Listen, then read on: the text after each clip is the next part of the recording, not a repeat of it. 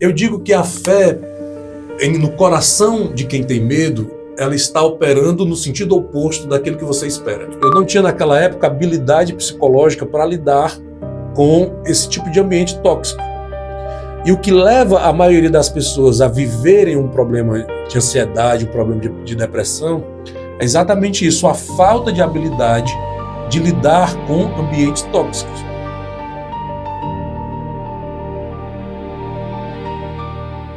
Boa tarde Fortaleza, boa tarde amados ouvintes da Rádio Cristo é Vida Parquelândia. Aqui quem vos fala, pastor Ângela Rodrigues, com mais um programa O Milagre Sou Eu.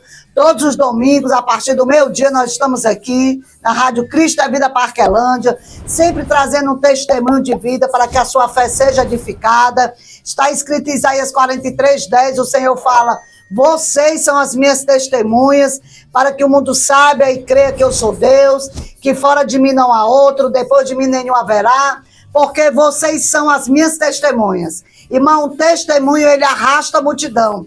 Eu fui alcançada através de um testemunho. E hoje, o Senhor me deu esse programa, já vai fazer agora 6 anos, aliás, já fez 6 anos esse programa. Nós estamos no ar, sempre trazendo testemunhos. E quantas pessoas já foram alcançadas? Porque muitas pessoas se identificam, dizendo: olha, ele está contando a minha história de vida. Se teve jeito para ele, vai ter jeito para mim. Foi assim que eu falei para mim mesma, para minha alma, quando eu vi o testemunho de um ex-bruxo que fazia magia negra. Ele colocava uma pessoa na gira dele e no outro dia a pessoa amanhecia morta. E aí, através do testemunho de uma ex-mãe de santo, que era filha de santo dele, lá num dos terreiros, que ele tinha mais de 167 terreiros. Hoje é o pastor Jurandir, mora em Vitória do Espírito Santo. E através do testemunho dessa ex-mãe de santo, agora missionária Dalva, ele ouviu o que Jesus fez, as maravilhas que o Senhor operou na vida dela, e ele disse: eu também quero esse Jesus. E quando eu ouvi o testemunho dele, eu disse: eu também quero esse Jesus. E eu acredito que hoje muita gente vai querer esse Jesus, um Deus presente, onisciente, onipotente, onipresente, um Deus que ouve e que responde a nossa oração.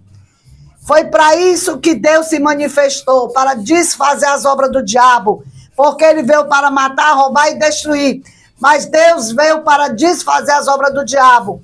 E ontem eu estava ali nas tapioqueiras e me encontrei com Eliabe, e eu falando com Jesus, porque a pessoa que nós tínhamos entrado em contato para vir dar o testemunho, ela não deu retorno, ela não confirmou.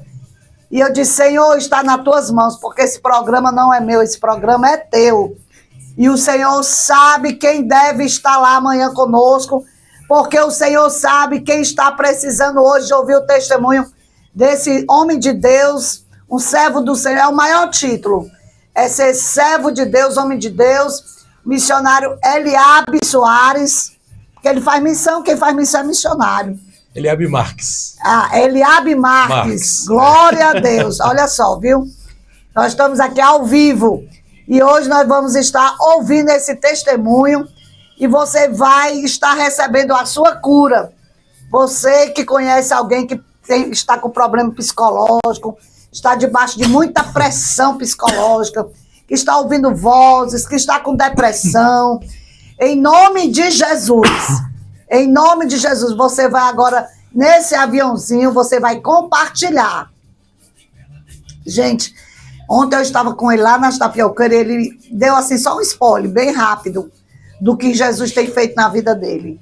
E eu me alegrei demais. Eu digo: não, eu preciso levá-lo amanhã para o programa O Milagre Sou Eu, porque eu tenho certeza que nada é por acaso, é Deus no controle, é Deus no comando, é Deus que faz, é Deus que age, é Deus que abre porta, é Deus que fecha a porta, é Deus que faz as conexões. E eu quero já aqui, sem perca de tempo, porque o testemunho dele é extenso, né? Nós vamos falar de muita coisa aqui, viu, gente? E eu já quero aqui passar para o servo do Senhor Eliabe, ele vai estar aí se apresentando, né? Eliabe, hoje ele é mentor. Eu costumo dizer que quando Deus falou comigo a respeito da cura e da fé e eu vivi esse milagre, eu entendi que havia necessidade de apresentar às pessoas como Deus opera. Porque antes da gente receber um milagre, antes da gente receber uma cura, a gente caminha mais ou menos como alguém que é cego, tateando. Sim. Buscando o milagre, buscando a cura. Se você perguntar, por exemplo, uma pessoa hoje que está com câncer e você perguntar assim, você sabe como é que você vai ser curado? A pessoa não sabe, ela só sabe que Deus pode fazer. Talvez creia que Deus vai fazer, mas ela não consegue dizer assim, eu estou caminhando por este caminho e no final vou obter o meu milagre. Eu acredito que a maior bênção que eu recebi do Senhor foi entender sobre como é que tem que ser a fé para a cura. Para mim foi assim, o presente que eu recebi do Senhor, mais do que a cura que eu recebi. Porque você pode receber uma cura e não saber ensinar outras pessoas que estão passando por aquilo como é que elas podem ser curadas. Então, aquela cura só beneficiou a você. Aí você conta o testemunho, edifica a fé, mas e aí, o que mais que eu preciso fazer? O que foi que você fez que eu posso fazer que pode me levar ao milagre? Então, para mim, o maior presente que eu recebi foi esse, a ponto, pastora, de eu ter deixado tudo para trás por causa disso que eu recebi do Senhor. Deixei vida profissional, deixei tantas coisas porque eu recebi um grande tesouro do Senhor. Aleluia. E é esse tesouro que eu quero compartilhar hoje com as pessoas, eu creio que vai fazer muita diferença na vida delas. Oh, glória! Louvado seja o nome do Senhor. E sem perca de tempo, nós já vamos entrar aí no seu testemunho. Você tem aí mais de 1 hora. Esse tempo é todo seu. Né? Muitos ouvintes aí da Rádio Cristo da Vida Parquelândia, né? Missionário Samuel, tem pessoas aí conectadas aí em Amsterdã, na Alemanha.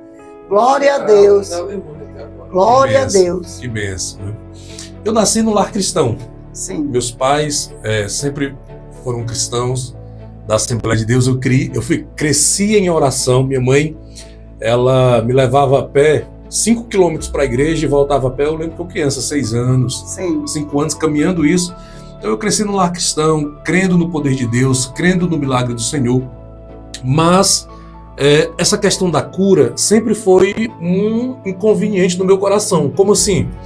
Porque eu sempre via as pessoas dizendo que Jesus curava, salvava e batizava, né? Pelo menos era o que eu ouvia muito. Jesus cura, batiza e liberta.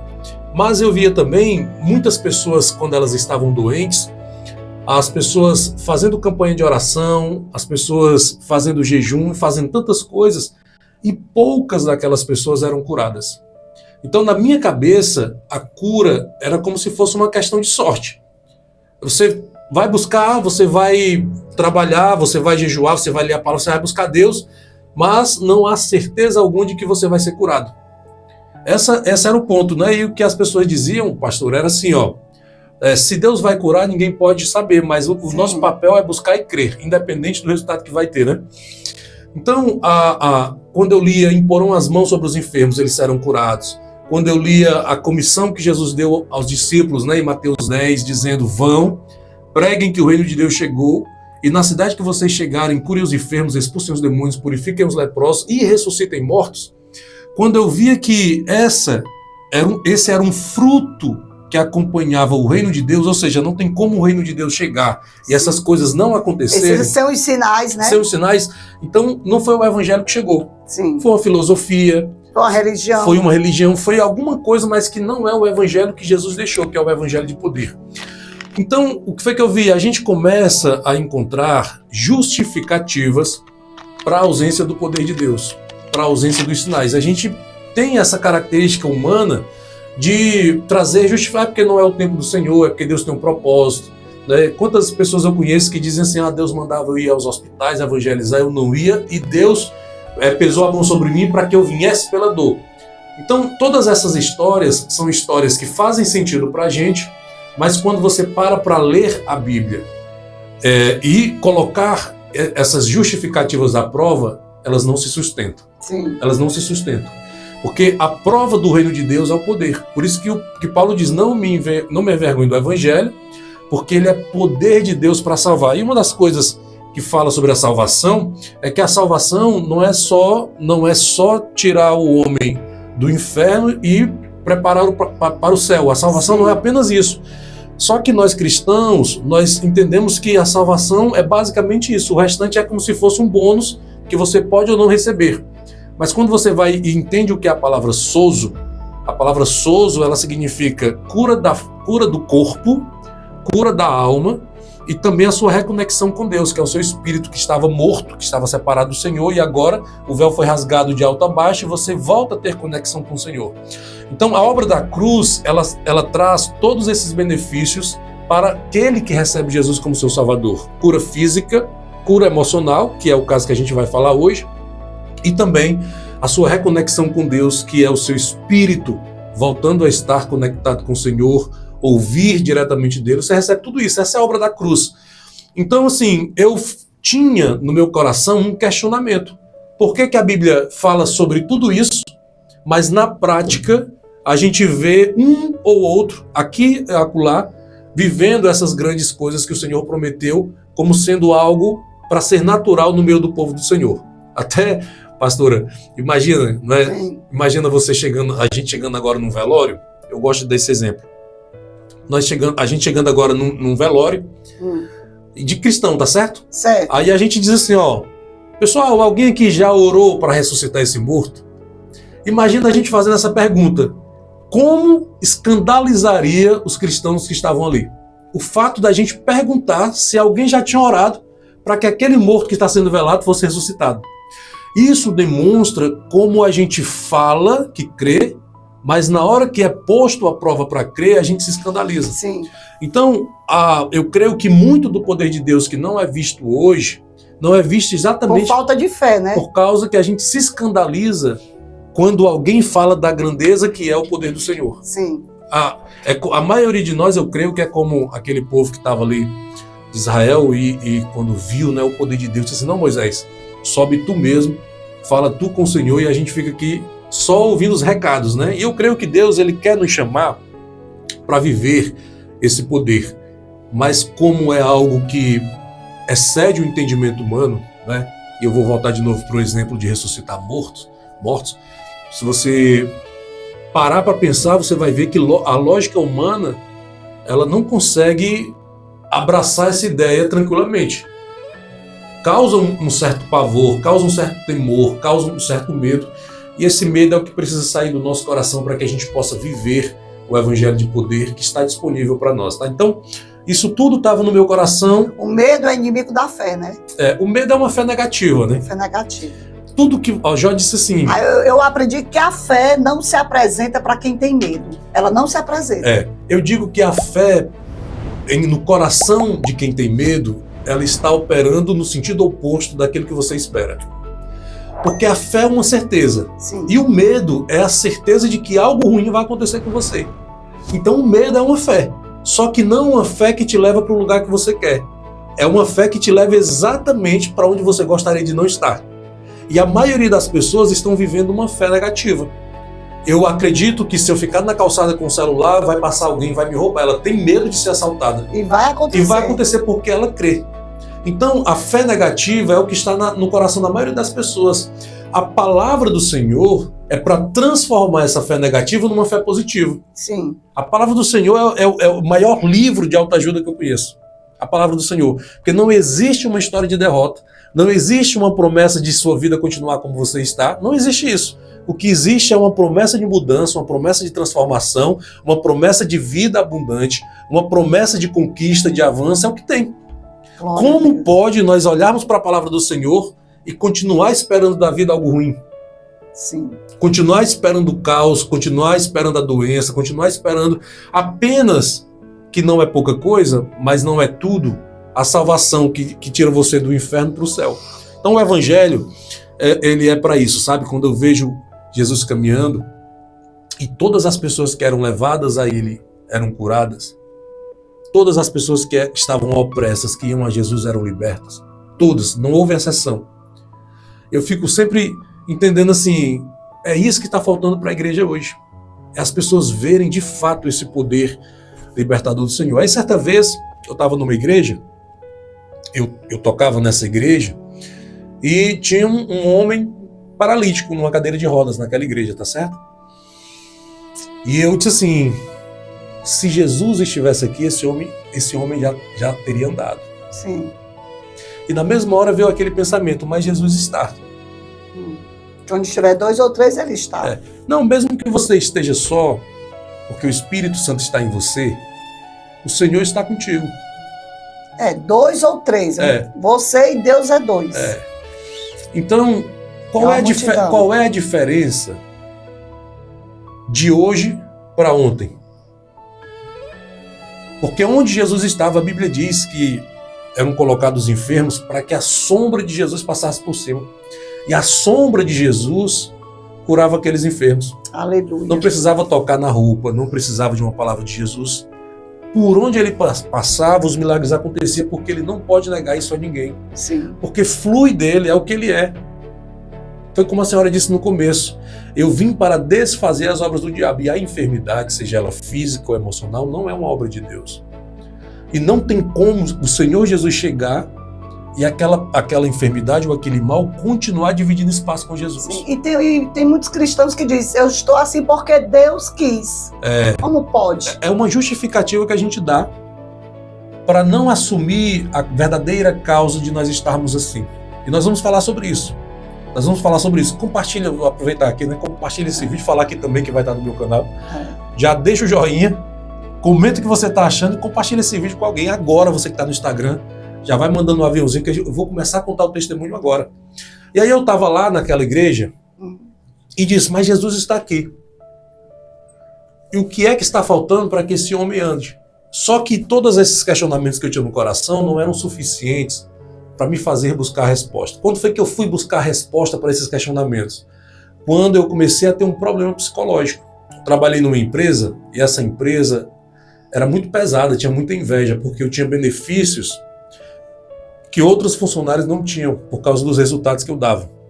Então esses outros funcionários, ao invés deles acreditarem que poderiam receber os benefícios que eu tinha, eles se reuniram para tentar me derrubar. E eu não tinha naquela época, isso foi há 7 anos atrás, eu não tinha naquela época habilidade psicológica para lidar com esse tipo de ambiente tóxico.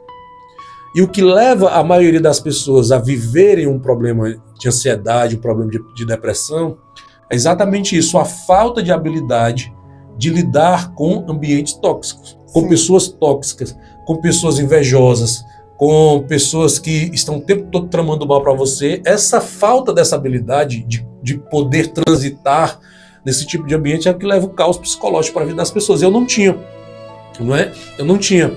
E eu sei que eu passei 7 anos nessa empresa, foram 7 anos de muita tribulação, de perseguição, e de repente eu me vi acometido de uma ansiedade que eu não tinha. Eu lembro que a gente foi passar umas férias, eu com a minha família ali no Sesc de Parana, e eu lembro que foi a primeira vez que eu senti isso. Eu estava lá na cama, deitado, de repente eu comecei a sentir um medo, um pavor, como se pensando que poderia haver um maremoto, não é?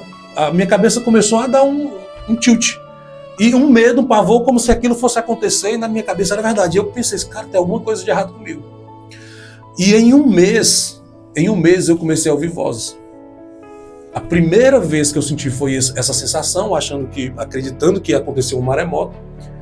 E invadiu uma tristeza no meu coração, um desânimo. Eu tentava me alegrar, não conseguia. Eu tentava agir naturalmente, eu não conseguia. Tá certo? E começou a acontecer isso. Um mês depois eu já estava ouvindo vozes. Vozes que mandavam eu me matar. Eram vozes que eu passava por um policial, por exemplo, pastor. E essa voz ficava falando e dando um impulso que eu precisava me segurar para tomar a arma do policial. Sim. Às vezes eu ia ao banheiro, né? E aquela voz ficava mandando eu beber aquela água do aparelho. Então tudo que não prestava. É o que está acontecendo com muita gente, né? Tudo que não prestava, aquela voz mandava eu fazer. E vinha um impulso para fazer. Então, a minha base de ter nascido num lar pentecostal, numa igreja que falava muito de cura, foi muito importante para eu entender que havia uma saída para mim. Porque pela medicina não havia saída. Eu pesquisei no YouTube testemunho de pessoas que foram curadas da mente. Não tem. O testemunho que tem, as coisas que tem é que você vai passar o resto da vida tomando remédio.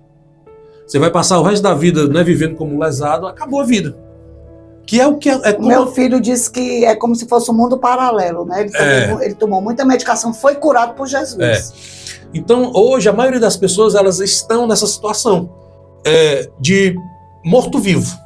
É morto-vivo, porque ele vive outra realidade. Essa realidade que a gente vive natural não existe na cabeça de quem está com problema psicológico, porque a mente dele está o tempo todo focado naquele problema que está aqui dentro da cabeça dela. Ele para de viver a vida e passa a viver essa vida que está dentro da mente dele. É algo que está acontecendo aqui dentro. O foco dele não está mais aqui. A gente está aqui na rádio, a gente está focando em falar com o ouvinte, contar o testemunho, a gente está focado aqui, né?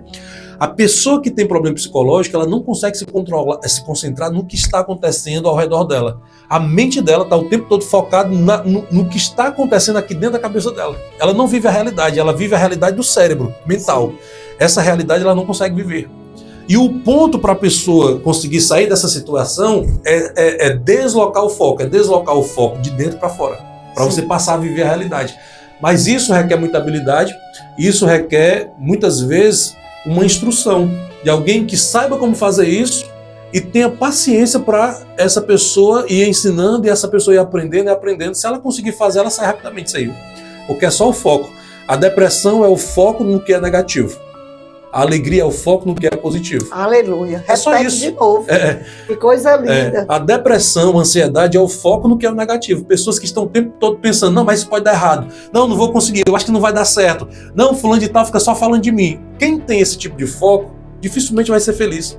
Sim. Dificilmente vai ser feliz. Pega essa chave aí, igreja. A mente da pessoa, ela vai sendo treinada aos poucos para se manter no que é ruim. Só que chega um dia que estoura, é como um copo desse, a gente tá com um copo aqui, um copo com água. Tá vendo que tem pouco, né? Isso aqui é a vida da criança, tá certo? A criança nasce, não tem nada no copo. Não tem nada. Aí ela começa a viver experiências. E essas experiências vão enchendo o copo. O que é a depressão? A depressão é uma dor que encheu tanto a alma que agora tá transbordando. Meu Deus. Uma dor, seja por traumas que ela viveu, experiência, ou porque ela realmente era uma pessoa negativa, que decidiu acreditar que não seria ninguém, que decidiu acreditar que não era amada por ninguém, que decidiu acreditar que ninguém faz nada por ela, que a vida é contra ela, que Deus esqueceu ela. Uma pessoa que decidiu acreditar nisso, se ela ainda não está, ela está sentenciada a entrar numa depressão e numa ansiedade. E a única forma de ela sair dessa sentença é ela mesma decidindo mudar a forma de olhar para a vida. O que é que a Bíblia diz? Se os teus olhos forem bons, todo o teu corpo terá luz. Terá luz. E se os teus olhos forem maus? Todo o teu corpo terá trevas. E ele continua aí, quão grandes trevas. Quão grandes trevas. Então, a perspectiva que eu tenho da vida é o que diz que tipo de vida eu vou ter. Então, observa que não é a vida em si que torna a minha vida ruim. É como eu olho para os acontecimentos da vida. É como eu estou observando o que está acontecendo ao meu redor. A gente poderia, por exemplo, ontem, nas tapioqueiras, ter olhado de forma negativa. Sim. Porque a irmã tinha um convidado, esse convidado não respondeu, não deu certo, e a senhora poderia ter mantido o foco nisso. Só que de repente o Posidônio disse assim, rapaz, o testemunho do Eliabe, você já ouviu? Sim. Mudou o foco, e ao invés de você ficar com a mente focada naquela irmã que se comprometeu e por algum motivo ela não veio... E furou com Jesus, porque comigo ela não furou nada, ela furou com Jesus. Se a irmã tivesse mantido o foco naquilo, talvez tivesse perdido a chance de eu estar aqui hoje. Então, não é sobre o que acontece com a gente, mas é sobre como a gente reage ao que acontece. E quando você entende que decidir ter os olhos bons é ignorar aquilo que você não pode ajeitar da vida, você passa a ser feliz. A maioria das pessoas estão em depressão, pastor Ângela, porque elas estão tentando resolver por Deus aquilo que só Deus pode resolver. E não descansam no Senhor. E como elas se veem sem forças, incapazes de resolver aqueles problemas, elas fazem o quê? Sucumbe. Se essa pessoa decidisse olhar e dizer assim, meu irmão, eu não posso, mas Deus vai fazer, e crer que de fato Ele vai fazer, ela descansava. E quando ela descansasse, não haveria espaço para depressão e para ansiedade no coração dela. Então, voltando aqui para a minha história, né? Se o pessoal fizer pergunta aí, meu irmão, tu vai falando aí. Né? Sim, estou falando. Se o pessoal fizer pergunta aí, ó, Espírito Santo, São Paulo, tá certo? Ceará, muita gente conectada. E aí, um mês depois eu comecei a ouvir voz e eu procurei no YouTube, procurei alguma coisa que pudesse resolver o meu problema, não tinha. Aí eu disse assim, quer saber? eu não vou ficar assim não, Senhor. Ou o Senhor me cura, ou o Senhor me cura. Sim, não tem outra opção. Eu não aceito viver dessa forma. Eu tomei uma decisão, eu vou tentar até conseguir. Não sabia como, não entendia a cura como eu entendo hoje, porque normalmente as pessoas só passam a estudar sobre cura, né, quando estão passando por algum problema. Antes disso, elas não estudam. E aí, quando vem a enfermidade ou uma enfermidade séria, elas não sabem como agir, porque não estudou, não era um assunto que interessava.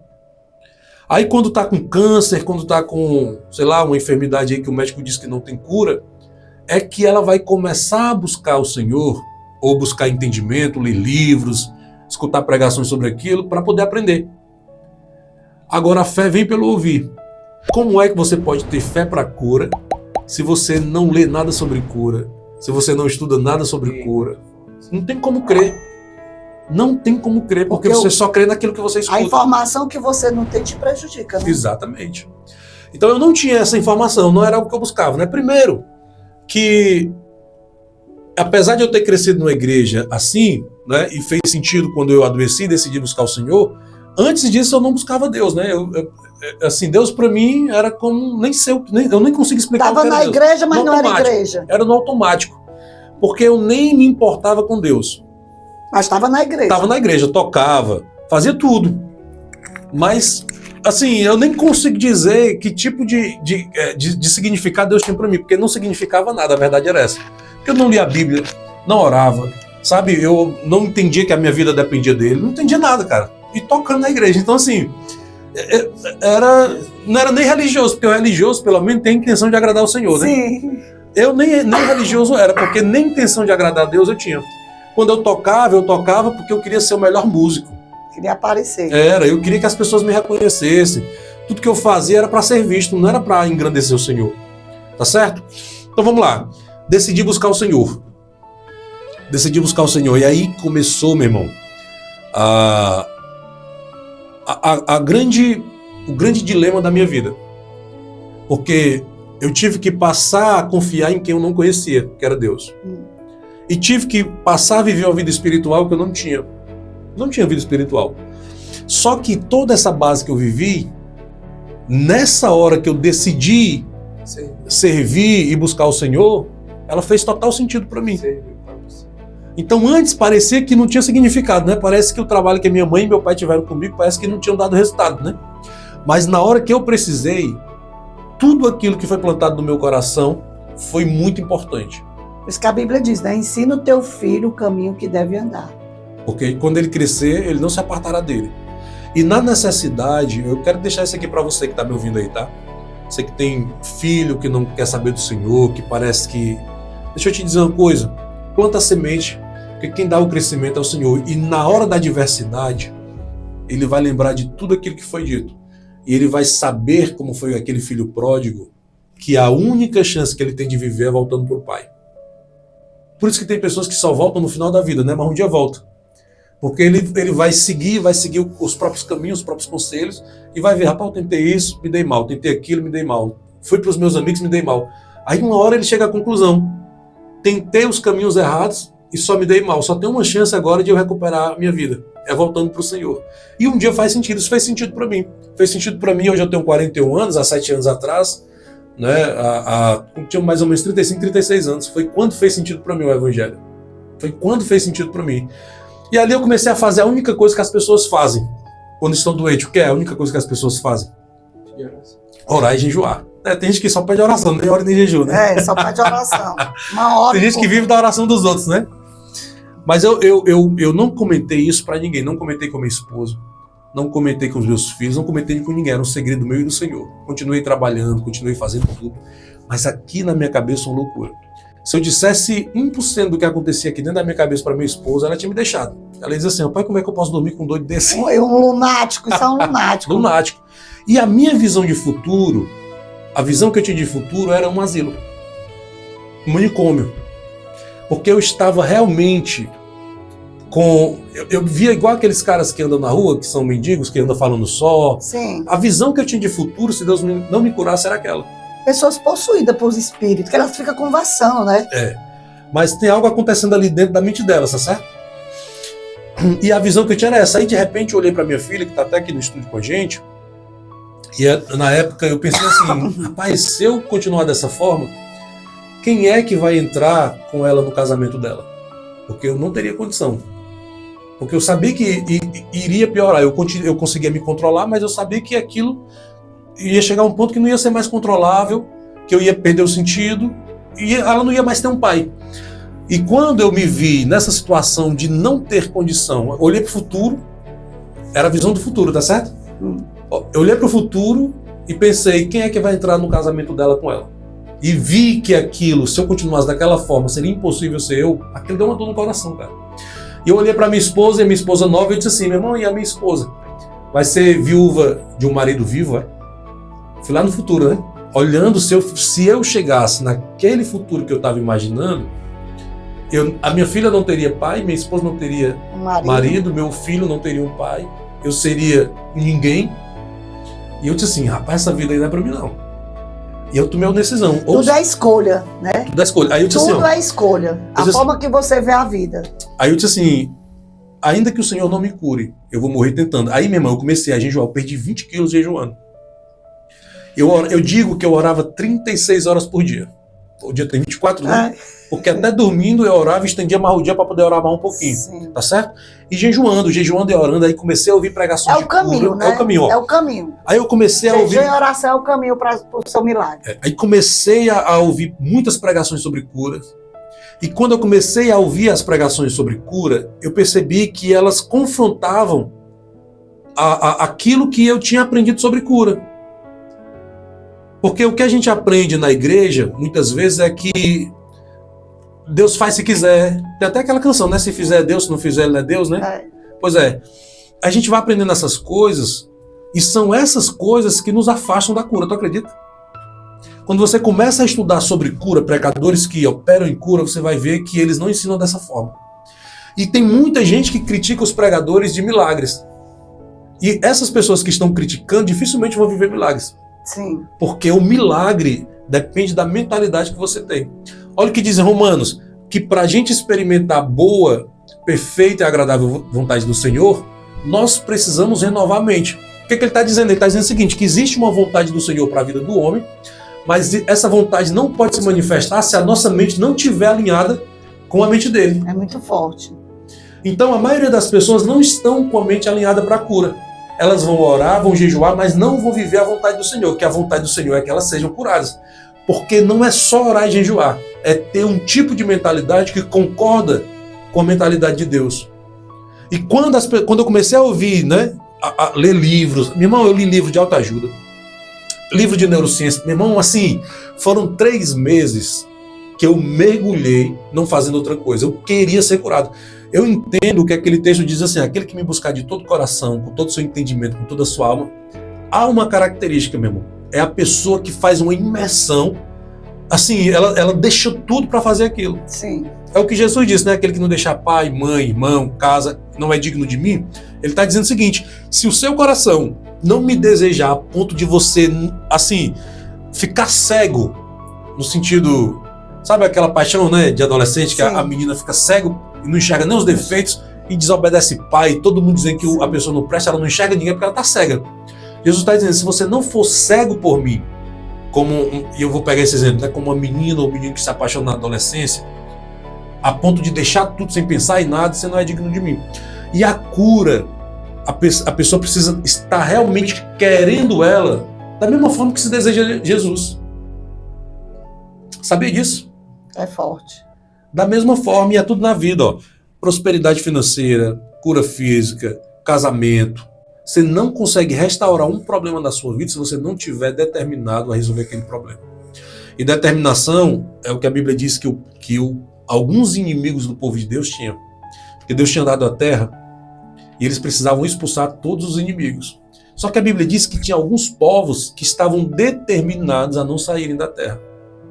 A determinação deles de não saírem era maior do que a determinação do povo de expulsar. Meu Deus. Era só por isso que permaneciam os inimigos. E a Bíblia diz que aqueles inimigos que eles não expulsaram da terra prometida era como espinha, que é o que Paulo diz, que o exemplo de Paulo traz para isso, a figuração, né? O espinho na minha carne era exatamente aquilo que o povo tinha. Eles escravizavam, subjugavam o povo, mas não tinha paz, porque eles estavam o tempo todo perturbando. E o que fazia eles viverem aqui era a falta de determinação de expulsar os inimigos. E quem tinha que ter essa determinação era o povo, não era Deus. Então observa, se você está com enfermidade hoje, está passando por algum problema, você precisa aumentar o nível de determinação para expulsar esse inimigo da sua vida. Ou ele não vai sair, ainda que seja a vontade do Senhor que ele saia. Ainda que seja. Você entende o que eu estou te dizendo? Oração e ação, né? E quando eu falo dessa determinação, é um estado de espírito. Por exemplo, eu conheço uma pessoa que ele estava determinado a sair do Brasil e foi morar no Canadá. Quantas pessoas querem sair do Brasil e não saem? Porque o nível de determinação é pouco. Ele olha para o custo, olha para os perigos e isso impede ele de sair. Sim. Mas para quem está determinado, ele não olha para os perigos, ele só olha para o que ele quer. Ele só olha assim, meu irmão, eu tenho que sair daqui, ou eu saio daqui ou eu morro. E ele não fica pensando nas consequências, mas como é que vai ser quando chegar lá, eu não conheço ninguém, não sei falar aquela língua, ele não pensa nisso. Ele só pensa em como é que eu faço para chegar lá. E sabe o que é que acontece? Essa pessoa chega lá. Essa pessoa chega lá. Aleluia! Então, se você ainda não obteve sua cura, talvez seja momento de você parar para refletir, será que eu estou determinado a obter a cura que o Senhor já liberou para mim? Porque já foi liberada. Já foi liberado.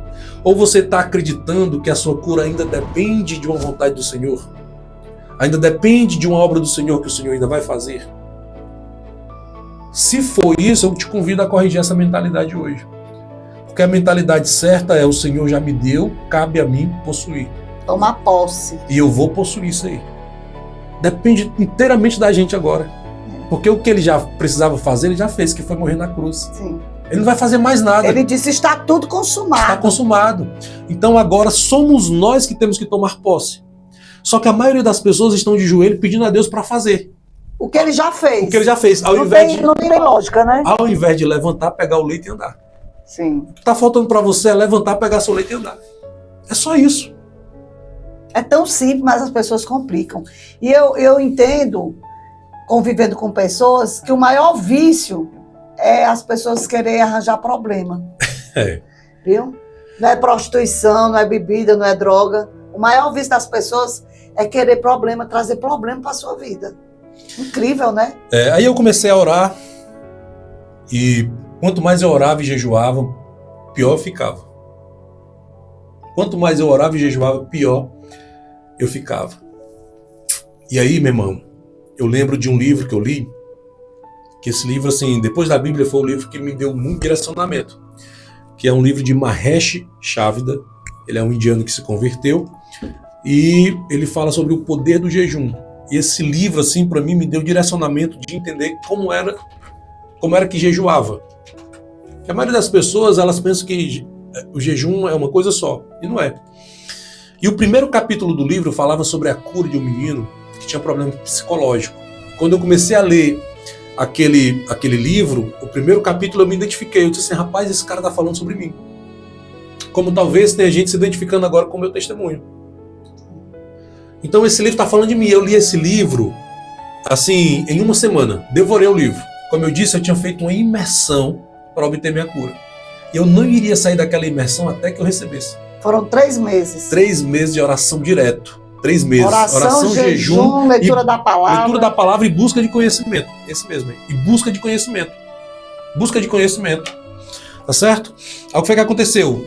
Quando eu li, eu entendi como era que jejuava. Que existem jejuns, né, que precisam... são diferentes para determinadas situações.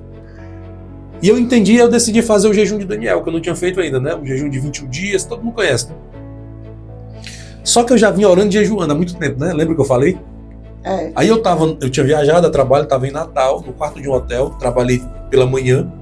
Quando foi depois do almoço, a pessoa que estava comigo disse assim, Eliabe, tem pouca coisa para fazer, tu pode ficar aí descansando no quarto, que eu vou trabalhar, pouca coisa eu faço, eu resolvo. Meu irmão, achei que foi bom, porque todo o tempo livre que eu tinha, eu estava orando, e quando eu estava trabalhando, eu estava orando em espírito.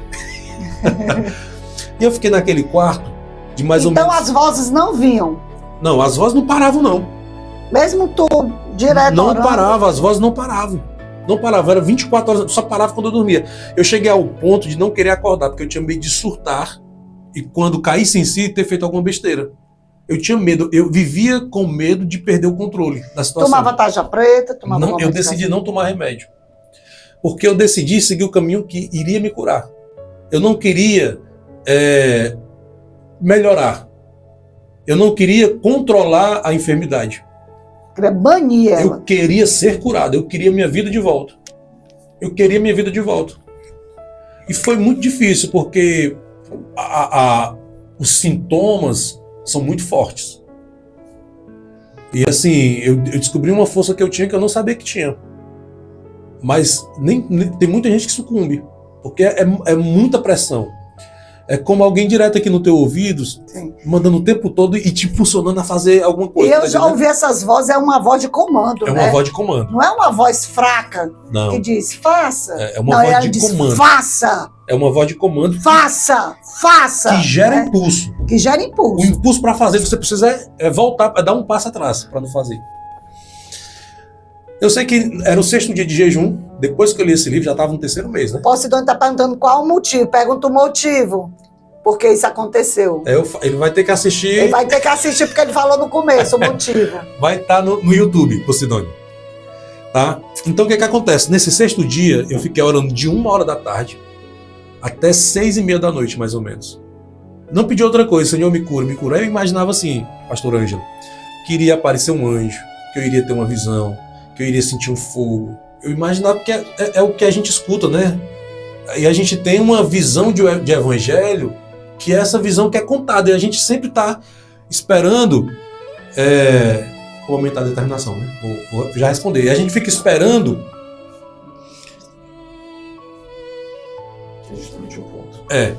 O que acontece? A gente fica esperando que. Porque é contado um evangelho pra gente que a gente fica esperando um sobrenatural.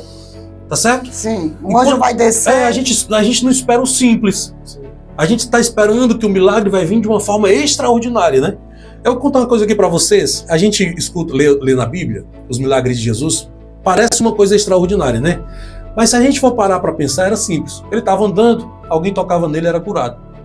Ninguém muitas vezes nem percebia. Não havia alarde, não havia anjo caindo do céu, não havia arrepio. O que havia era simplesmente uma cura. Sumiu. O quê? Cadê? Desapareceu. Tem gente que é curada assim, quando fala, se eu tocar como a mulher do fluxo de sangue, se eu apenas tocar nas suas vestes, eu serei curada. E foi curada. Então o que acontece? O evangelho é simples, tá? E eu estava lá nesse 6º dia e fiquei de 1h da tarde até 6h30 da noite só orando, meu irmão. E meu tom de voz é forte, né? Eu acho que o pessoal dos outros quartos tava tudo pensando assim, rapaz, tem que chamar ali os bombeiros para esse rapaz aqui, porque eu realmente estava clamando, como o cego Bartimeu estava clamando. Sim.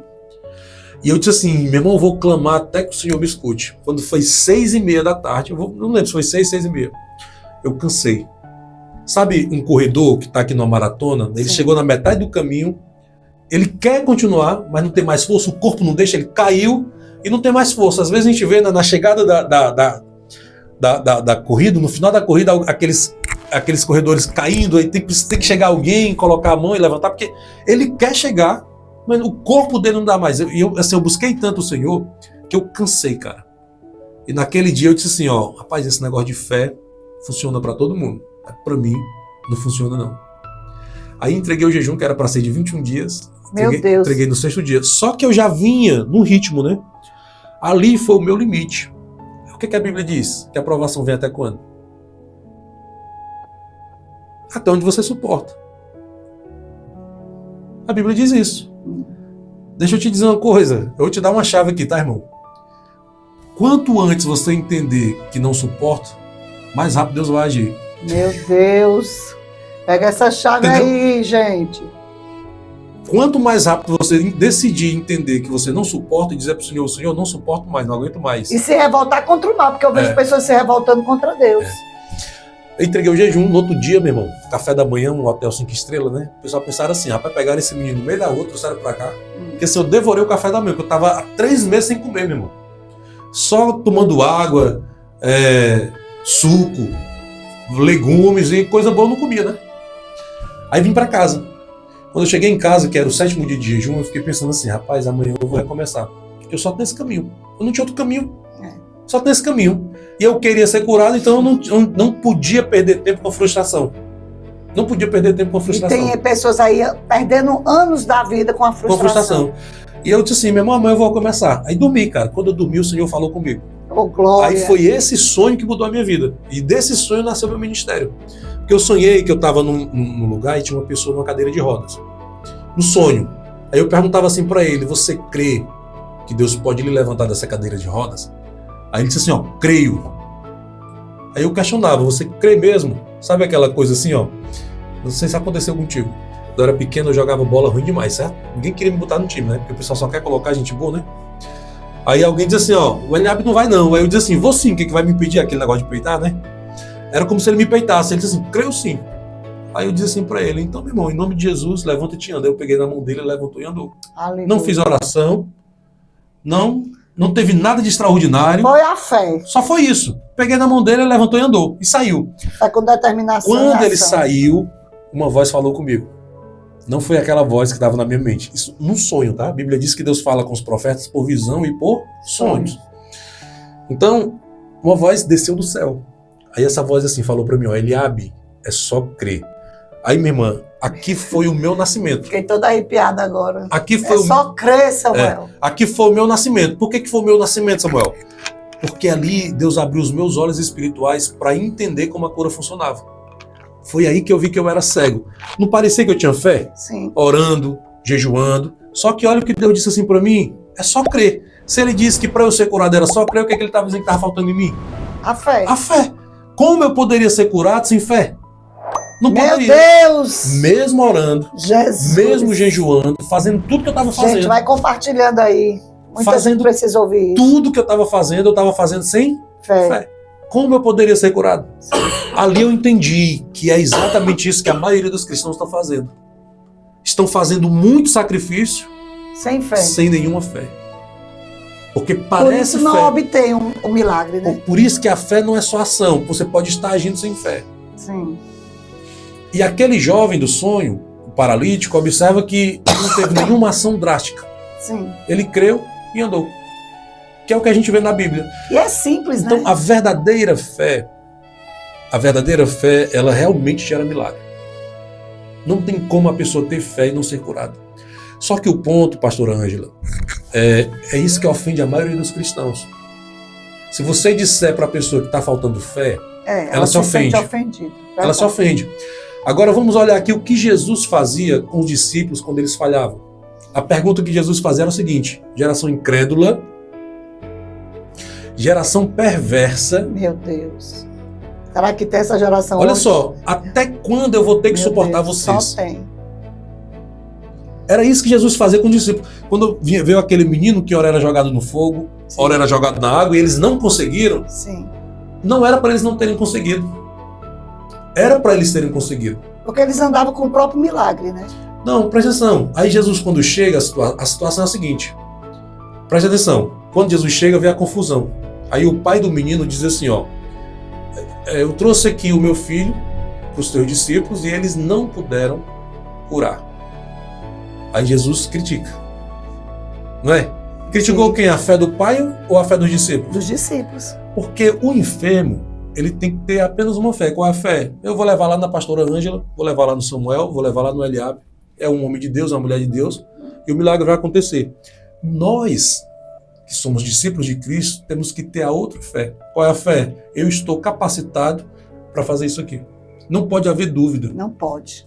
Por quê? Porque você tem o Espírito Santo, né? As pessoas ficam olhando para si, é para olhar para quem está com você, né?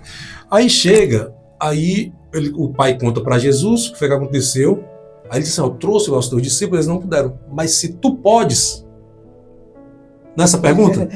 Aí se tu podes crer, Deus respondeu, né? Aí Deus responde, se tu podes... Olha o que ele disse, se tu podes, todas as coisas é possível o quê? Crer. Agora eu te pergunto, Jesus estava falando sobre quem quando ele disse isso? Tudo é possível ao que crê. A ele. A ele próprio. A ele próprio, o Pai. Não, a ele Jesus. A ele Jesus? A ele Jesus, presta atenção. Pensa assim, ó, os meus discípulos não puderam porque eles não criam. Sim. Eu posso porque eu não tenho dúvida do que eu posso fazer. Entendi. Agora entendi. Não era nem sobre o Pai e nem era sobre os discípulos. Era sobre ele mesmo. Eu não sou os discípulos. Eu Meu sou Deus. aquele que tudo pode. Isso aí é uma revelação tremenda.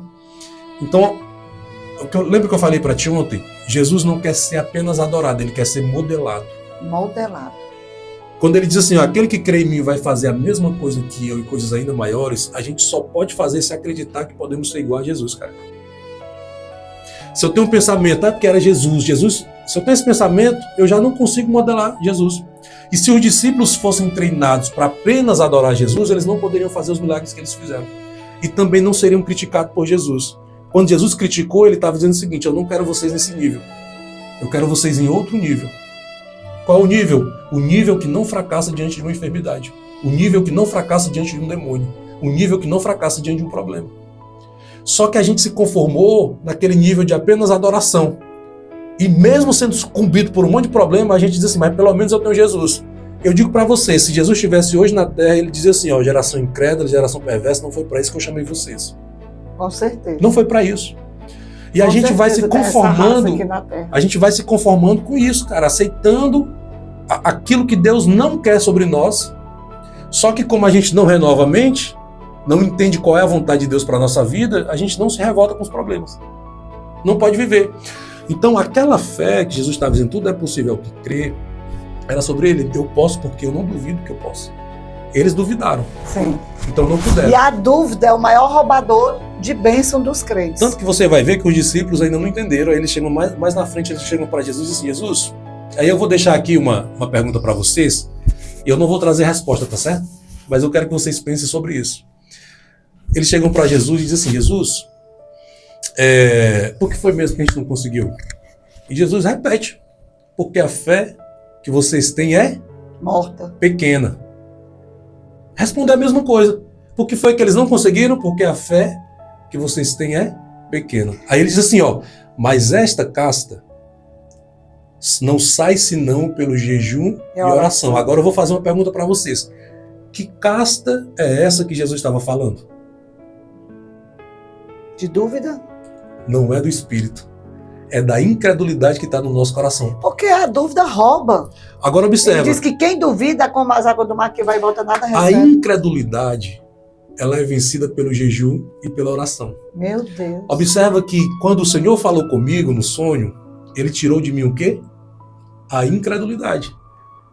Observa que ele não me deu a cura imediatamente, que eu vou Sim. contar daqui a pouco, tá certo? Mas ele me deu a fé. Qual foi a fé que ele me deu? Que essa enfermidade não tem mais poder sobre mim, que não é pelo tempo que eu oro, nem pelo tempo que eu jejum, que é só crer. E eu entendi o que significa essa expressão, é só crer. Eu entendi. Então o poder de Deus e o poder do diabo, preste atenção, é uma consciência. O que é abrir um portal que as pessoas falam? É quando você começa a ler um livro. É forte, viu? Eu vou deixar também no Instagram da pastora Ângela Rodrigues, vou deixar salvo, aí você vai compartilhando. Tanto o poder de Deus como o poder do diabo é uma consciência. O poder é a consciência. Conhecereis a verdade, esse conhecereis a verdade é uma consciência. Tá? Quando a pessoa lê livros diabólicos, ele adquire uma consciência diabólica do poder do diabo. E ele começa a operar no poder do diabo. Quando você adquire uma consciência que vem através do Espírito Santo, aí você anda no poder de Deus. O poder de Deus, eu lembro que minha mãe tinha crise de enxaqueca, e eu achava assim, ó, tá escrito que imporam as mãos sobre os enfermos e eles serão curados. Isso foi logo quando eu comecei a buscar Deus, né? Aí eu chegava lá e orava por ela. Como é que a senhora tá, mãe? Aí ela dizia assim, meu filho, tudo do mesmo jeito. Aí eu vou orar de novo, porque tá escrito, imporam as mãos sobre os enfermos e eles serão curados. Cara, na 7ª vez, ela ficava com tanta pena de mim que ela dizia assim, meu filho, eu vou ficar bem. Observa que eu estava tentando na força do meu braço, porque está escrito, tem que acontecer. Só que dentro de mim não havia consciência de que aquilo era verdade. Hoje, quando eu oro por uma pessoa, eu posso contar para vocês vários testemunhos aqui de milagres extraordinários, tá certo? Porque para mim, o milagre de uma cura de uma dor de cabeça é extraordinário. Sim. O milagre de um câncer é extraordinário. Sim. Nada é sem valor. Sim. E um milagre maior, orou, morto, ressuscitou. A gente trata como se fosse uma coisa do outro mundo, né? Sim. Mas é tão precioso quanto a cura de uma dor de cabeça. Sim. Só que a gente despreza os pequenos milagres. Sabe o que acontece? Você está com dor de cabeça, aí você diz assim, eu não vou incomodar o Senhor para isso. Aí toma um remédio, né? Só que na hora que você está com um grande problema, sabe o que aconteceu? Você não cresceu em fé.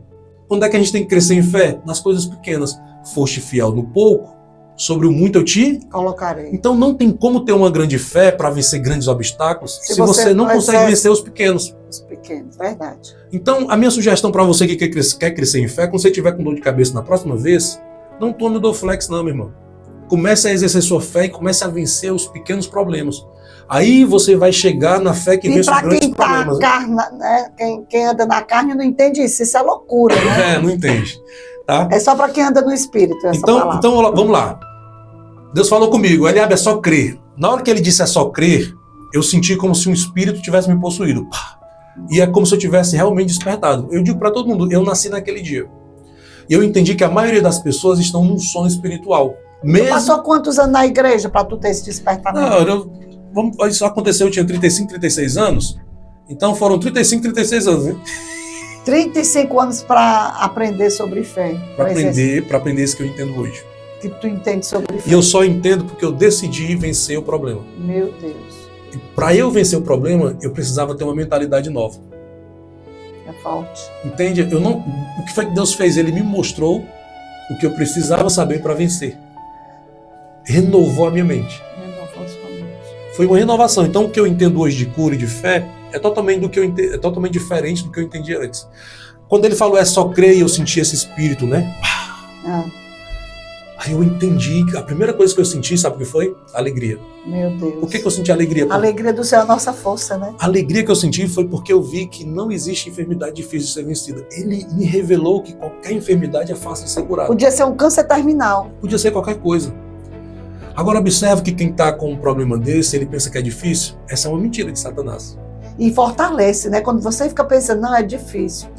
Aí aquela mentira é fortalecida. É uma mentira. É uma mentira, mas ela tem força. A verdade é essa. A fé para cura é tão simples quanto a fé para salvação. A fé para cura é tão simples quanto a fé para salvação. Pensa numa pessoa que matou 1000 crianças agora. Sim. Tá certo? E aí o que acontece? O povo tá irado, tá todo mundo querendo matar, né? Porque ele fez algo assim terrível, absurdo. Aí chega alguém que é crente de verdade e diz assim, rapaz, eu não me importo com o que ele fez, eu me importo com o que Deus quer fazer na vida dele, Deus quer salvar, apesar do que ele fez. Aí essa pessoa vai lá, pede licença às pessoas, né? Que pegaram ele e diz assim, irmão, deixa eu falar só com ele um pouquinho aqui. Aí chega assim pra ele, você vai morrer, né? Você quer morrer para o céu, você quer morrer para o inferno? Aí a pessoa diz, não, eu quero ser salvo. Sabendo que vai morrer. Você acredita que aconteceu comigo isso que você está falando? Um rapaz roubou o celular de uma moça, a população ia lixar e Deus falou, fala de mim para ele. Eu acredito. Deus queria alcançar e alcançou. Alcançou. Aí essa pessoa não é salva? Sim. É uma fé simples. Só que a gente pensa que para cura é diferente. Mas a mesma fé simples que precisa para uma salvação, qual é a fé simples? Eu quero receber Jesus como meu Salvador. Aí a pessoa vai lá, a hora que não termina, o que é que você diz? Estou salvo, né? Não é simples, não? Sim. Aconteceu alguma coisa de extraordinária? A Bíblia diz em Romanos 10:9, se crer com o coração e confessar com a boca, será salvo. Não é simples? Simples demais. Pois acredita que para ser curado só precisa disso? Mas na cabeça das pessoas, isso não é suficiente. Aí é outra mentira. Porque é muito pouco, né? Aí é outra mentira. Que é muito simples, as pessoas gostam de complicar. Aí o que foi que aconteceu? Quando eu percebi que era só isso, aí eu lembrei de tudo que estava acontecendo comigo. No sonho eu lembrei do que eu estava passando. Aí eu disse assim para Deus, eu sabia que estava falando com o Senhor. Eu disse assim, Senhor, então quer dizer que não é pelo tempo que eu oro, nem pelo tempo que eu jejuo? Aí a voz respondeu de novo. Eu não via, mas ouvia. Sim. Não, é só crer. E eu entendi o que é esse só crer. Eu estou falando, eu não sei se as pessoas estão entendendo. Porque quando o Senhor fala, pastora Ângela, você entende. Sim. Você tem consciência. Mas é quando do que você também está no espírito, né? Porque tem o que tu está falando agora, para quem ainda não nasceu de novo da água e do espírito, né? Não entende, porque isso é loucura. Mas assim... É como se dissesse assim, então para que serve a medicina? Então para que servem os remédios? E aí é outra coisa que as pessoas fazem, né? Mas Deus deixou a medicina, né? Sim. Você lê no livro de Tiago, ele diz assim, ó, se tiver alguém enfermo entre vós, qual é a instrução da Bíblia? Leve aos presbíteros da igreja. Sim. Olha a instrução bíblica, né? Não era leve ao médico.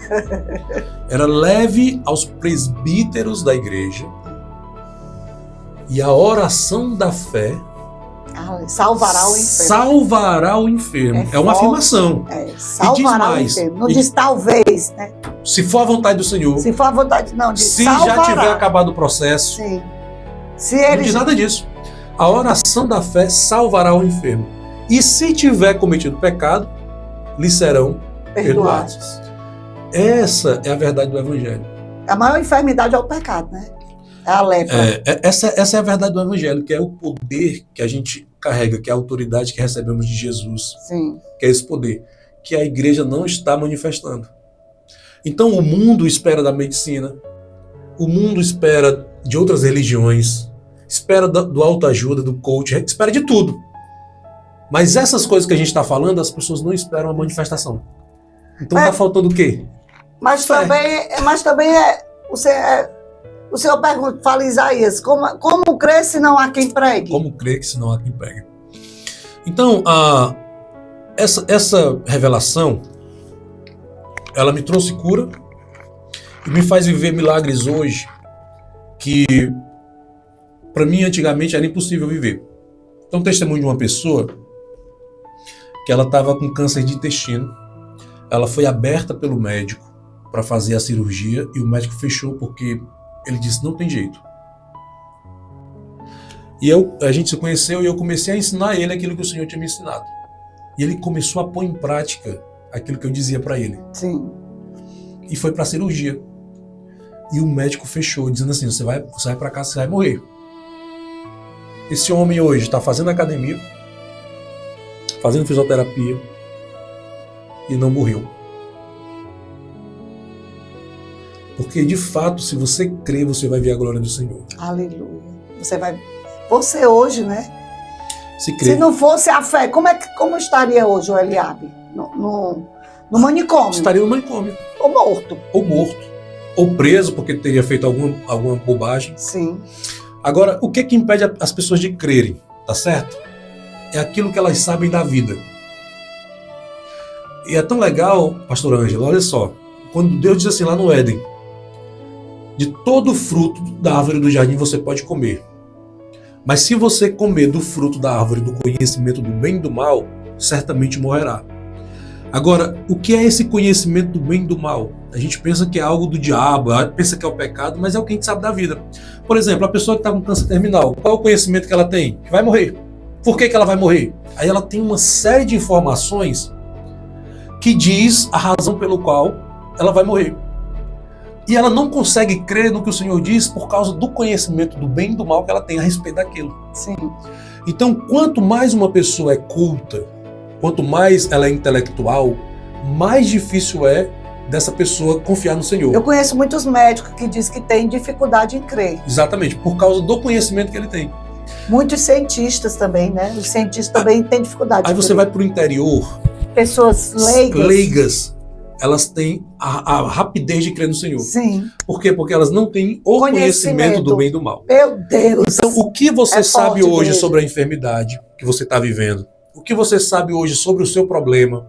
Ah, meu casamento não se restaura porque meu marido é isso. Olha só, o tanto de coisa que você sabe que te impede de crer naquilo que o Senhor diz.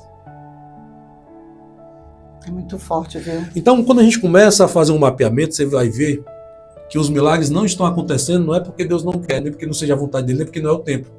É porque a gente está desalinhado. Sim. E tem que alinhar. E ele diz assim, se a minha palavra estiver em vós, e vós na minha palavra, tem que ter um alinhamento, tem que ter um alinhamento. Então a bênção te alcançará. Olha o que diz lá em João. No princípio era o verbo estava com Deus. O verbo era Deus. E o verbo era Deus. E nada do que foi feito sem ele. Presta atenção. Não é estar com Jesus. Não é estar na igreja.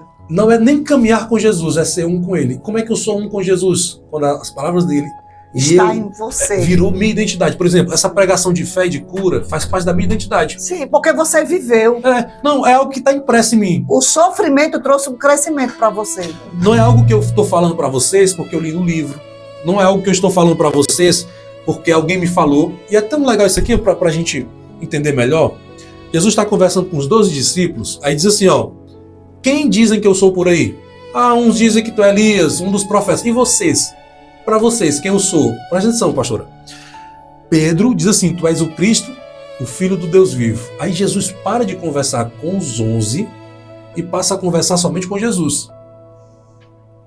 Aí ele diz o que para Pedro? Muito bem, Pedro. Porque o que você está falando, você não está falando porque ouviu de alguém. Não foi carne nem sangue, mas foi o meu Pai que te revelou. Não foi porque você fez teologia, não foi porque você leu um livro, não foi porque seus pais lhe disseram aquilo a vida toda, mas o próprio Pai o revelou. Aí ele diz, portanto, tu és Pedro, e sobre esta pedra edificarei a minha igreja, e as portas do inferno não prevalecerão contra ela. Olha só, as portas do inferno continuam sem poder contra a igreja do Senhor. Mas a igreja do Senhor está estabelecida sobre uma coisa, uma revelação de quem Jesus é. E essa revelação, ela tem que ser verdadeira e vem do Espírito. Eu não posso dizer para minha filha quem é Jesus para ela. Ele tem que se revelar para ela. Ele tem que se revelar para ela. E a pessoa que recebeu a revelação de quem Jesus é, recebe uma autoridade sobre as portas do inferno. Meu Deus. Ele estava dizendo para Pedro, a minha igreja vai ser uma igreja de autoridade. Mas essa autoridade vem porque ela realmente sabe quem eu sou.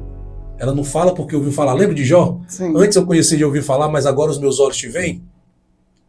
Sim. É diferente. É diferente. Então tem muita gente falando o que estudou. Mas pouca gente conhece quem Jesus é. Deixa eu só te dar um pequeno testemunho. Eu vendia compra certa Brastemp e era um consórcio. Então, para receber a geladeira, você tinha que pagar 6 parcelas. Uhum. E aí o cliente chegava para mim e dizia assim, e se eu pagar e não receber a geladeira? Aí eu dizia para o cliente, eu vou contigo na loja que você quer e eu compro a geladeira e pago para você.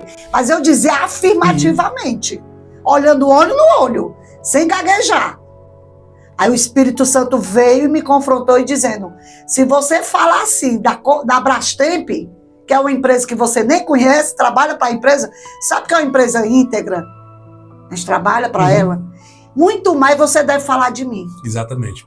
Deixa eu contar uma história aqui. Um rapaz chegou para mim, porque quando Deus falou isso para mim, né? Eu disse assim, rapaz, eu preciso contar isso para todo mundo.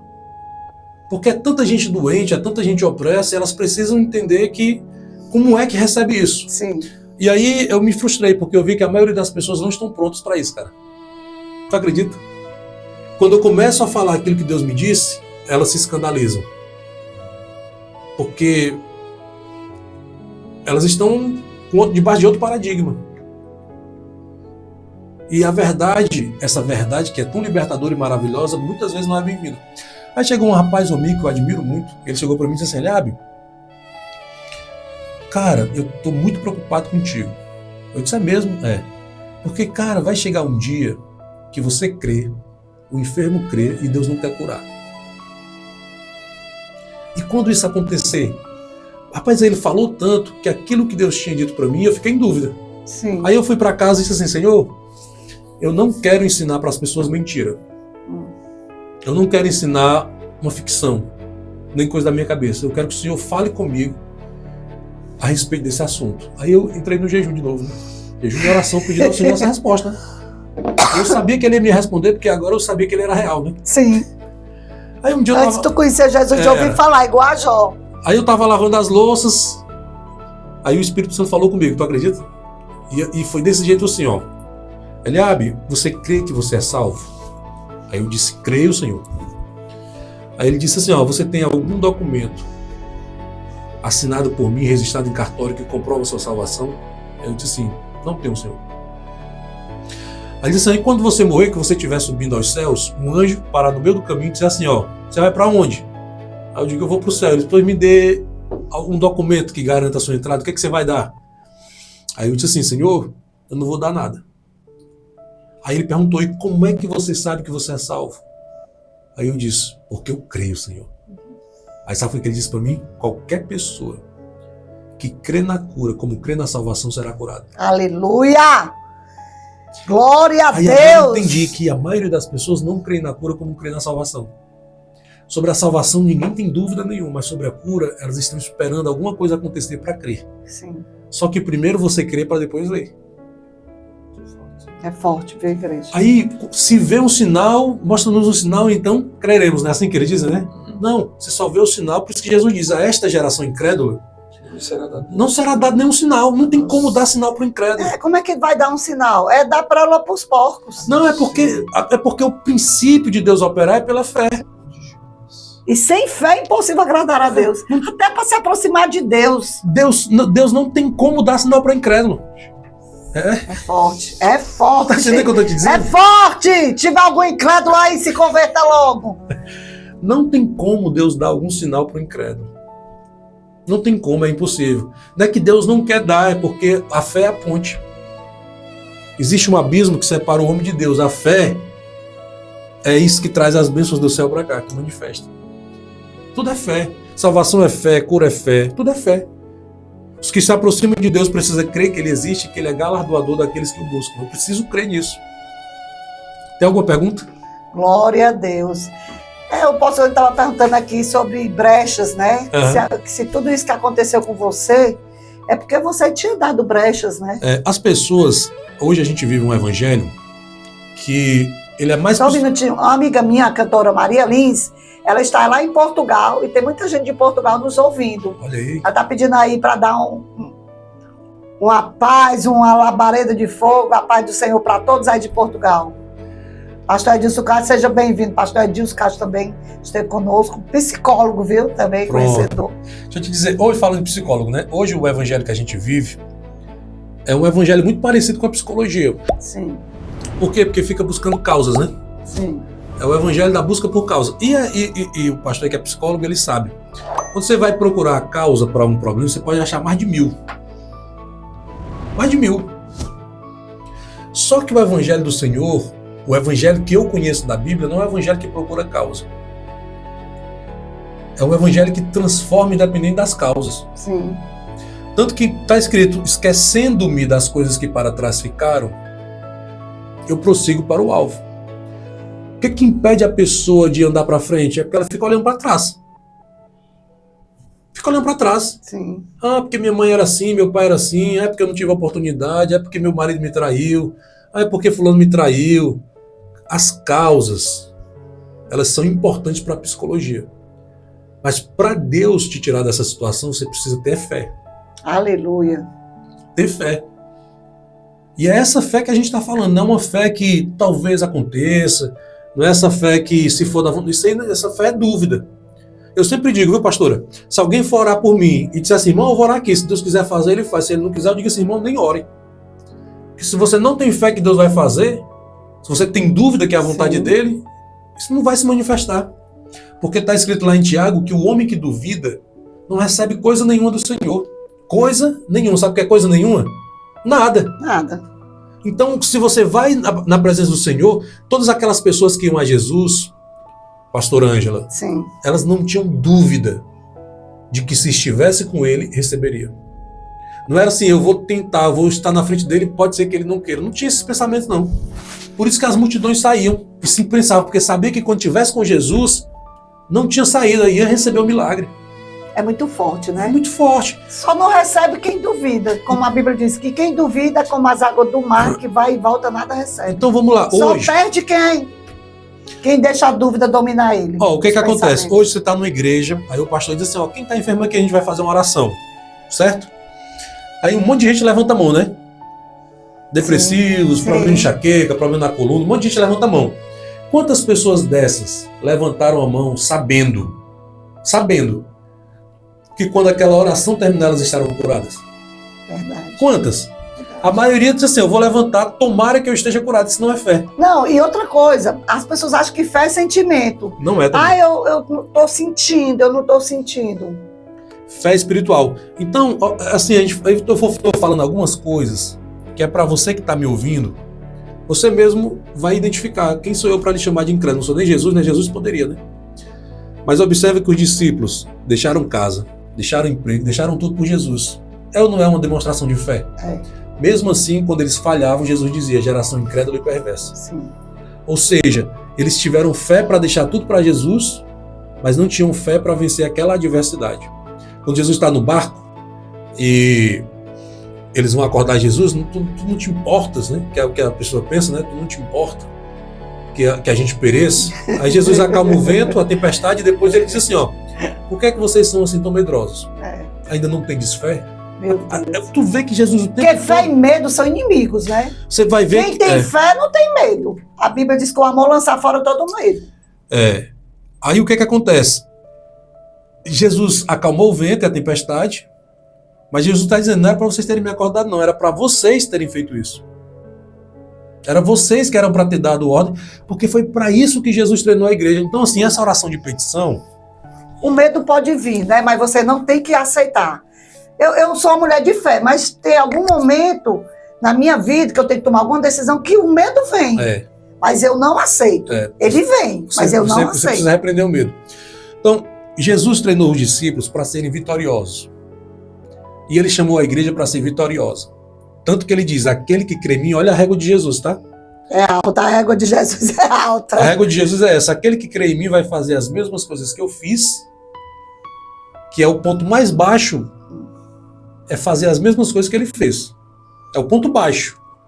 Aí o ponto alto, coisas maiores, que é limitada, a prosperidade é limitada, né? Sim. Jesus nunca chamou uma manga, o pai de mangueira, e disse assim, ó, você vai produzir só 300 mangas por ano. Sim.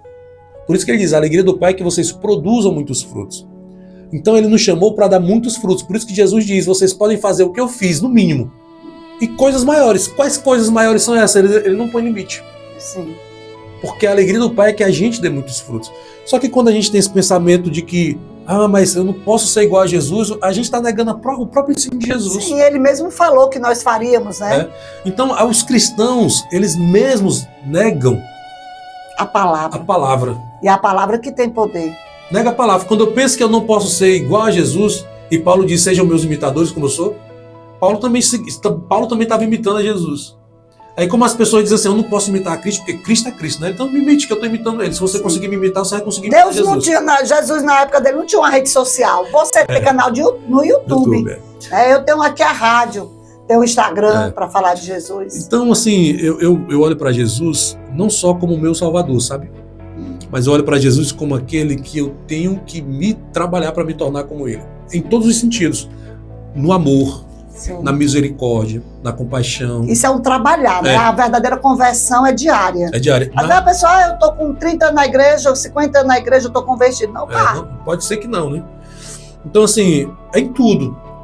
Em tudo. Porque a gente se preocupa somente na transformação do caráter. Sim. E acha que as outras coisas não é para ser. Olha, nós estamos com poucos minutos ainda, temos mais 20 minutos, talvez até menos, mas eu quero também que você fale, né, porque eu ouvi um pouco do seu testemunho e você foi curado, né, dessas vozes. E depois você tinha uma vida financeira também, muitas dívidas. Eu queria que você falasse, porque hoje é o que está paralisando muitas pessoas, está trazendo sim, tormento. Né, são dívidas. Houve um tempo que eu estava muito, muito endividada, certo? Assim, para perder casa, um monte de coisa. E aí, eu estava orando, vou ser bem rápido nesse testemunho. Tem meu testemunho financeiro, Eliabe Marques, no YouTube, se você quiser assistir, tá bom? Meu testemunho financeiro, Eliabe Marques, no YouTube. E aí, o que é que acontece? Eu comecei a ler a Bíblia e pedindo ao Senhor uma resposta para aquilo, né? E aí, eu li a parábola do filho pródigo. Sim. Tá? É interessante a palavra do filho pródigo, porque o filho que ficou, Jesus está comparando ele com os religiosos. Antes da parábola do filho pródigo, tem duas parábolas, que é a da ovelha perdida e a da dracma perdida. A da ovelha perdida, ele fala assim, ó, que ele deixou as 99 e foi pegar a perdida. A da dracma perdida é a mulher que perdeu uma e deixou todas as outras lá e foi procurar. E quando achou, chamou as vizinhas para fazer uma festa, né? Sim. Aí a terceira, ele fala a do filho pródigo, é uma continuação. As duas primeiras é para dizer qual é a alegria do pai, e a terceira do filho pródigo, ele fala as duas de novo, né, que é o filho que é recuperado, e fala como é a vida do religioso. A vida do religioso é uma vida de obediência a Deus, sim, que nunca se afasta do Senhor, faz tudo o que ele quer, mas nunca vive bênção alguma. Como é que é? A vida do religioso. A vida do religioso é uma vida de obediência, penitência, faz tudo, jejua, ora, lê a Bíblia. Todo evento da igreja ele tá, mas não vive bênção alguma. Meu Deus. Não vive nenhum religioso vive bênção. Não acredito. E Jesus estava dizendo, vocês fariseus, mestres da lei são assim. Não vive nada, tá direto com ele, mas não recebe coisa nenhuma. Aí, olha a resposta que o pai dá pro filho. Como é ruim, como dá azar ser religioso, né? Dá um azar. É terrível. Aí o que acontece? Aí eu li, quando ele disse assim, meu filho, tudo que eu tenho é teu. E eu entendi o que isso significa. Que tudo que é de Deus já é meu. Eu não tenho que pedir. Era isso que ele estava dizendo. Você poderia chegar, matar um boi, chamar seus amigos. Você poderia. Mas porque você é religioso, você pensa que só pode ter aquilo que eu lhe dou. Você não sabe que tudo que é meu já é seu. Meu Deus. Agora, por exemplo, eu tenho 2 filhos. O meu filho, acorda de manhã, ele pula na cama, ele pega meu celular, ele abre, ele não fica perguntando. Papai, eu posso mexer no teu celular? Será que é da tua vontade que eu coma aquela comida na geladeira? Ele vai lá porque ele sabe que tudo que está dentro de casa não é dele, porque não é teu. Não é comprado dele, com o dinheiro dele, ele mesmo não teria condição de fazer isso. Mas ele não tem esse pensamento de dizer, será que eu posso? Será que meu pai deixa? Será que é propósito dele? Não tem esse pensamento. O religioso tem. E são esses pensamentos que impedem essa pessoa de viver a bênção. E eu li, e eu entendi. Então eu já tenho o recurso, eu posso entrar aqui na sala do tesouro e pegar todo o recurso que eu preciso e pagar minhas dívidas. E aí naquela hora, que foi uma palavra rema, né, que Deus me deu, eu fechei meus olhos, coloquei a mão para cima e disse assim, Senhor, pois agora, se tudo que o Senhor tem é meu, então eu já posso pegar, eu não preciso de autorização, nem que o Senhor faça alguma coisa. Eu venho aqui, na sala do teu tesouro, estendi a mão, né? E pego agora todo o recurso que eu preciso para quitar as minhas dívidas agora. E eu peguei, tá aqui na minha... Foi fé, né? Sim. Tá aqui nas minhas mãos. E eu descansei. Depois de 3 meses, eu conversando... Depois de 3 meses, tá? Eu conversando com um irmão, e esse irmão perguntou como era que estava a minha vida e tal, e eu não costumo dizer os meus lamentos para ninguém, tá? Eu tenho muito problema, né? Todo mundo tem. Mas eu não saio... Não adianta também dizer que não vai resolver, né? Eu não saio contando as minhas dores. Tem gente que dá maior valor ao ouvido, né? Para contar o que tá de ruim na vida dele, né? Aí depois acha ruim que o nome dele tá aí queimado. Eu gosto de contar bênção, vitória.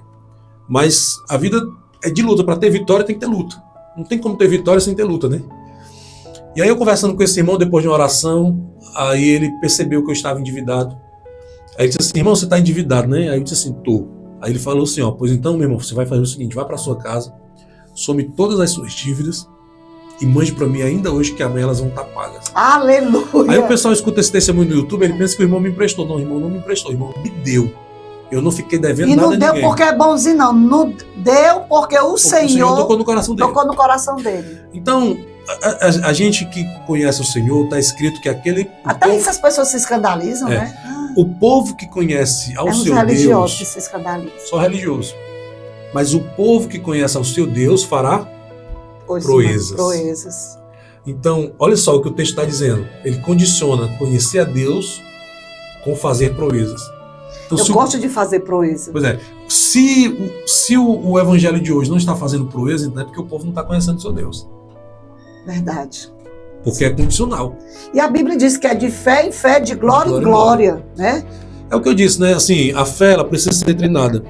Para eu chegar na fé que eu tenho hoje, que eu não acho que é uma grande fé, eu passei por coisas. Sim.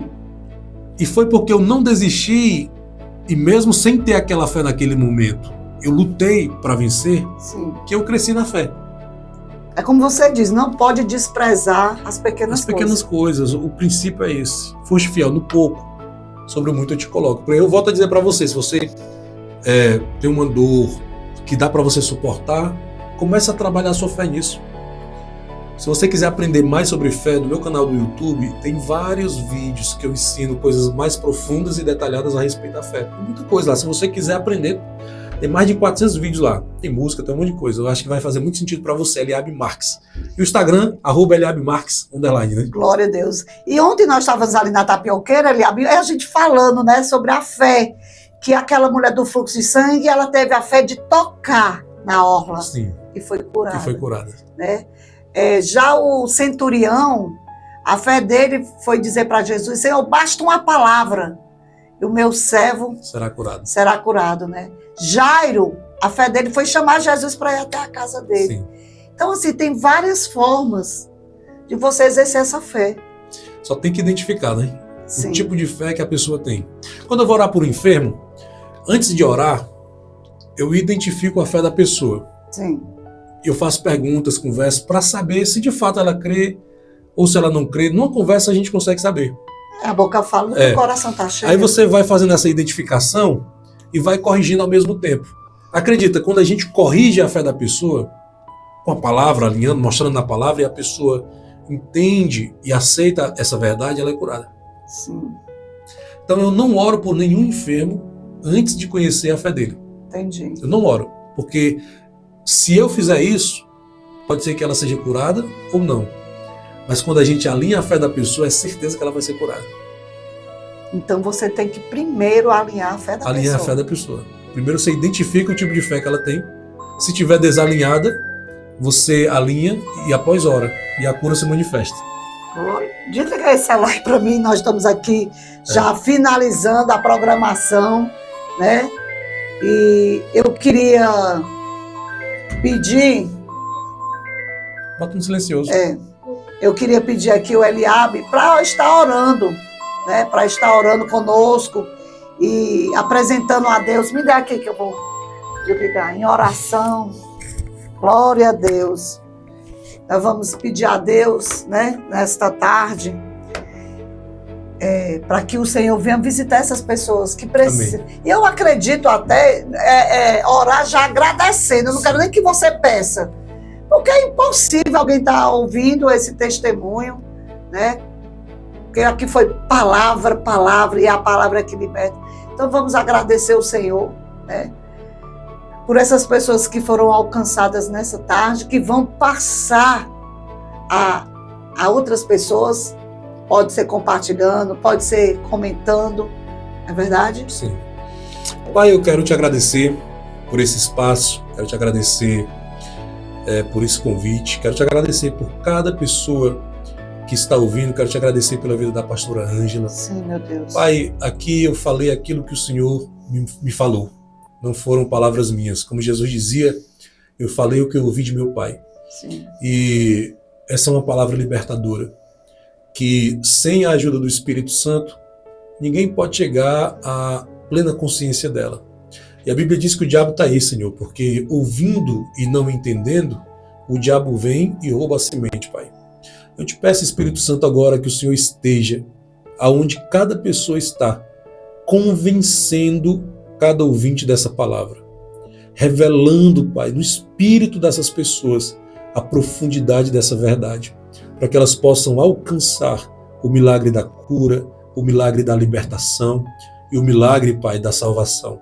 Em nome de Jesus, eu declaro em nome de Jesus que as escamas que estão nos teus olhos, que te impede de perceber, que te impede de contemplar, que te impede de ver, enxergar a verdade do Senhor claramente a respeito da fé, a respeito da tua cura, a respeito da tua libertação, que essas escamas caiam dos teus olhos agora em nome de Jesus. Espírito Santo, nós permitimos que o Senhor convença, nós abrimos a porta do nosso coração para que o Senhor entre e faça morada e ceie conosco, Pai. Tudo que nós queremos é a tua verdade, nós odiamos a mentira, Pai. Repudiamos a mentira do diabo e o engano com tudo que nós temos, porque nós queremos viver a vida que o Senhor preparou para nós. E eu sei, Pai, que pessoas nesse momento que estavam ouvindo tudo que foi falado aqui, passaram a crer. Eu creio, Pai, que tem pessoas que estavam sentindo dor, que não podiam se levantar, que agora já pode se levantar, que não podiam mover um braço e agora pode mover o braço, que estavam com enxaqueca e agora não está mais com enxaqueca, porque a tua palavra é suficiente, Senhor, para curar pessoas. E quando, Senhor, a fé se manifesta no coração, o milagre é imediato, Pai. O milagre é imediato. Em nome de Jesus, você que está aí agora, começa a fazer um movimento que você não podia. Começa a procurar o tumor, o nódulo. Começa a procurar aquilo que estava trabalhando contra o teu corpo, trabalhando contra o bom funcionamento do teu corpo. Eu declaro: o teu corpo é templo e morada do Espírito Santo. Não é templo e morada da doença. Tua mente não é templo e morada da ansiedade. O teu corpo é templo e morada do Espírito Santo. Brilha a tua luz, Senhor, sobre cada pessoa. Resplandece a tua glória sobre cada pessoa que está ouvindo, meu Pai. Em nome de Jesus, amém, amém e amém. Glória a Deus. Amém. Aleluia.